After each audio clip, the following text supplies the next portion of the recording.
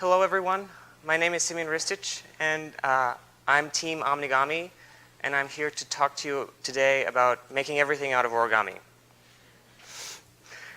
So basically we want 3D things, but the problem is building 3D things is hard. They occupy all the dimensions that we have to work with them, and so it's hard to get inside. So one solution to this is to break it down into a two-dimensional problem, which is what's done with 3D printing, where the three-dimensional object is cut into slices, and then the slices are printed one at a time. But my favorite way of going from 2D to 3D is origami, where a 2D sheet gets folded into a three-dimensional structure. Now, I want you to imagine a world where the sheet doesn't have to be folded into this structure. Rather, it can fold itself into this structure. You can have a self-assembled origami sheet, which will fold itself into some prescribed programmed structure. And I also want to expand a little bit on the notion of origami, which allows only folds, to include the two things on the right, which include the stretching and the expanding and contracting of the sheet. And this I call Omnigami. So why is this important? Well, it'll allow us to make better deployable structures at a variety of scales, for example, like better space-based solar arrays, which can deploy themselves at very large scale, and also at the very small scale with deployable medical implants and other devices. And this also, the example on the right with a deployable surgical tool, which can allow smaller incisions, gets into making sort of mechanical structures which can actuate after being deployed. And if we take this to its logical conclusion, we can make full origami robots, mechanical devices which can move or are dynamic with this approach. So the focus of this project is how to make sure that we're realizing the full potential of this approach to manufacturing three-dimensional objects. How do we make sure that we're making objects as strong and as light as they can possibly be? To solve this, we look for inspiration to the world of optimized structures, where, for example, in bridges and in other mechanical structures, the material is arranged in the most intelligent way possible so that it's used exactly where it's needed to make the structure as strong and light as possible. So this project is applying this world of optimized structures to the world of shape-programmed Omnigami. So our general approach is this. We're going to take the Legos approach to manufacturing things, that is breaking things down into smaller pieces and then reassembling them. So we start with a flat two-dimensional sheet like in normal origami. And then we break this sheet down into patches, which we then optimize for mechanical properties at a first scale of optimization. And at a second scale of optimization, we reassemble these patches together like building an object out of Legos, which can then fold into the final three-dimensional structure. Let me go through this again a little bit more in more detail. So we start with the flat two-dimensional sheet, and we want to ask the question, how are we going to fold this? And our two-scale approach to optimization goes like this. First, we break the sheet down into patches, and we consider individual patches. Each patch has some particular place in the overall structure, some particular role that it needs to fulfill in order for the structure to work. And at the first scale of optimization, we take this patch and we optimize it for the mechanical properties that would best fit that role in the overall structure.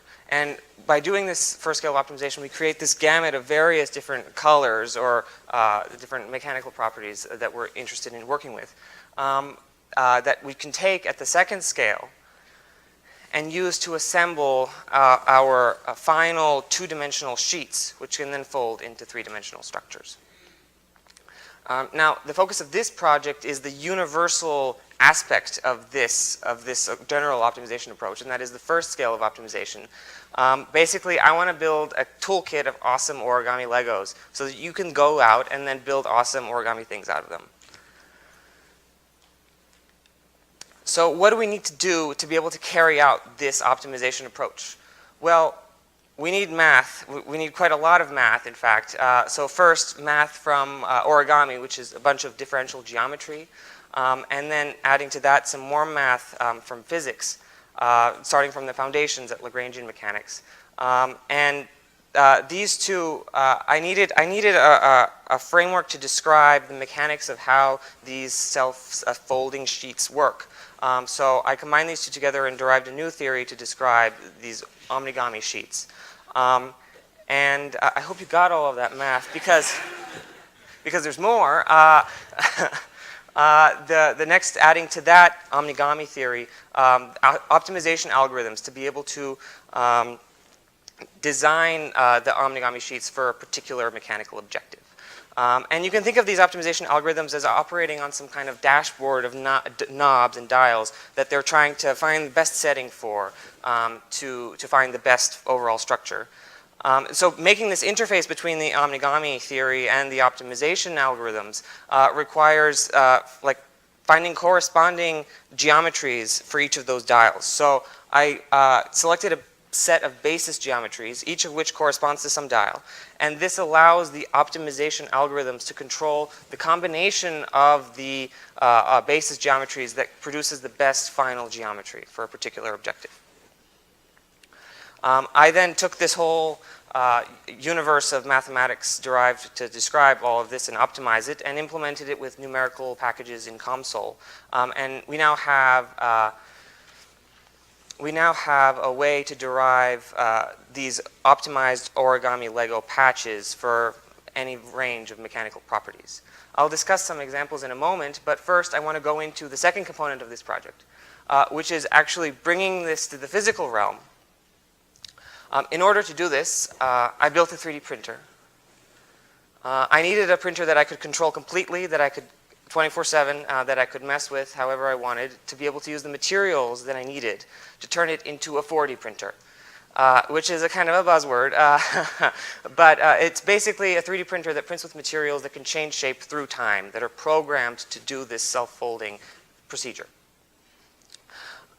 So how does this work? Well, the basic 3D printer has a hot extruder nozzle, which can extrude any thermopolymer or thermoplastic into whatever printed shape. I replaced this thermoplastic with a shape memory polymer, which I'll discuss. Shape memory polymer. So what is a shape memory polymer? Shape memory polymer, like most polymers at room temperature, is a fixed glassy state. It's in its fixed glassy state.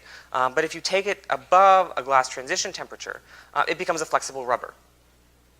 A flexible rubber that behaves like a rubber band in that it wants to return to some kind of equilibrium memory shape. But if you take it above an even higher temperature, the melting point, you can then you can change that memory shape, reprogram the material. So how does this work with 4D printing? Well, we have the shape memory polymer filament, which goes into the printer extruder above the melting temperature, and the material gets reprogrammed into the printed shape, which is say the cube. We can then, while this is above its glass transition temperature, the cube is flexible, and we can deform it into any arbitrary shape. After which, if we keep it at that temperature, it'll spring back into the cube. But if we instead freeze it below the glass transition temperature, it's now going to be fixed in that deformed shape until we reheat it, and it goes back. So this is the cube dunked into hot water, unfolding in real time. So now I can get back to the results I mentioned before. I chose to focus on mechanical properties of optimizing bending stiffness and making an auxetic material, which I'll discuss in a moment. So first up is a patch optimized for bending in one direction, as indicated. And this also addresses one additional wrinkle to assembling these origami patches. It's not necessarily as easy as ordinary Legos because the boundaries have to match in order for them to fit together. So this one is optimized with a prescribed boundary condition on the left side, this wave pattern, which is in order to meet up with its neighbor. And this is that model printed and folding itself in hot water in real time. So second example is a patch optimized for bending stiffness in both directions. Now this offers kind of more of a challenge because these two compete with one another, so it's not quite as optimal as the first one because that's the nature of geometry. But this is it folding itself in hot water.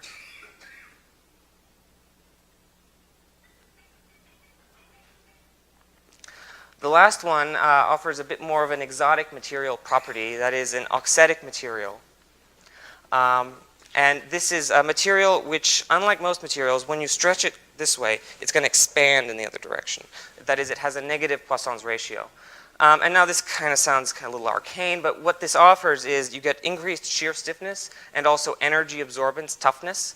And I think perhaps more importantly for my optimization Lego origami approach, it gives you more freedom to build a richer toolkit of mechanical properties. So when you build the second scale of optimization, you have more things to work with so that you can make a more optimal structure.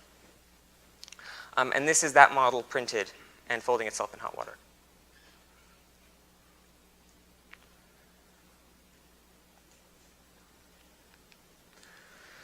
So in conclusion, I derived a theory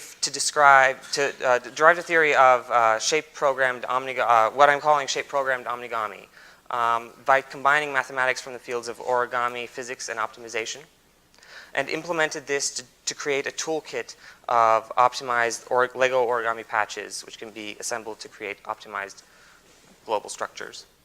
I then to take these theories to the physical realm, I then built a 3D printer, which I turned into a 4D printer, and then demonstrated the optimized Lego origami patches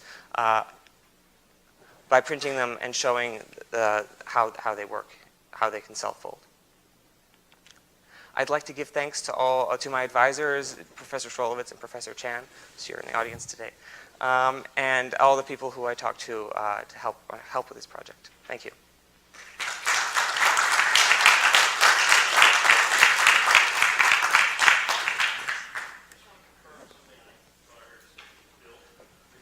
Yes. Yes.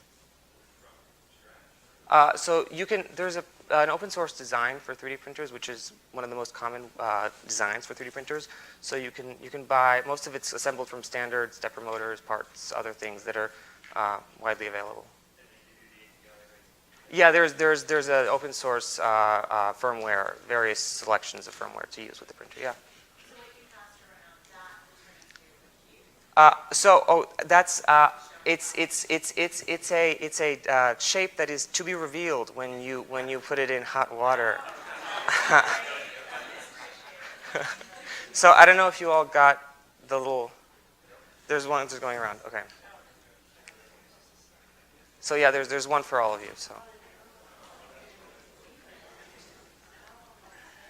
How precise of the shape can you? Sorry. Is there?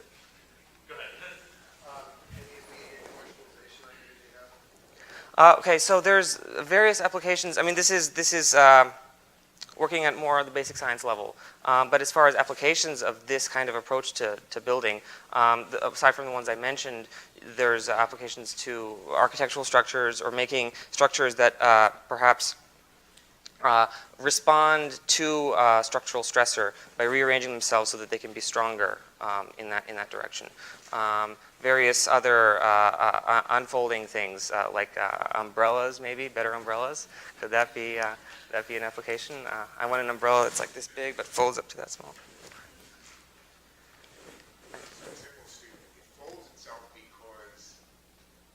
So this particular polymer, or in general? Okay, so this it's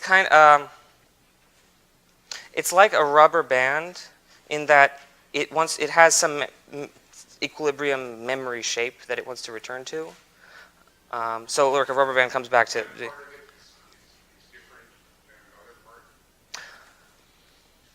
So the polymer chains are linked together so that when they're all relaxed, it'll come back to the whatever equilibrium shape it's programmed to. When it's deformed out of that shape and fixed, the chains are stretched around. So when they have the ability to come back, then it'll return back to the shape it's programmed to. Does that answer the question?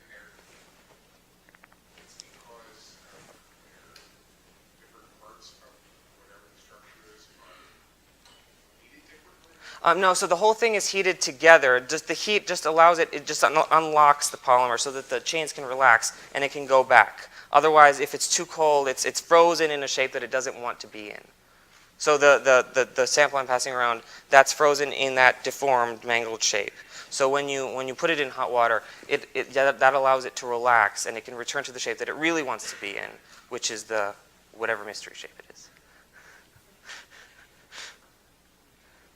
I think there's a question. I have a different question, but I'm curious. How do you get it back? Is there a consistent way to refold, or can it only Get it back? get it back to its initial deformed shape?